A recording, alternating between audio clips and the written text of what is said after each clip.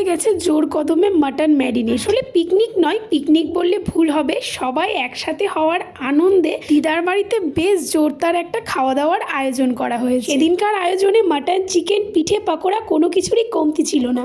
এই যে আসলে সবাই মিলে একসাথে হওয়া, হই হুল্লোড় করা, একসাথে খাওয়া দাওয়া, এটার কিন্তু মজাটাই আলাদা। তারপর যদি সেগুলো হয় দিদার বাড়িতে তাহলে তো মজা দ্বিগুণ হয়ে যায়। তারপর সবশেষে বসে পড়লাম সবাই মিলে খাওয়া দাওয়া করতে।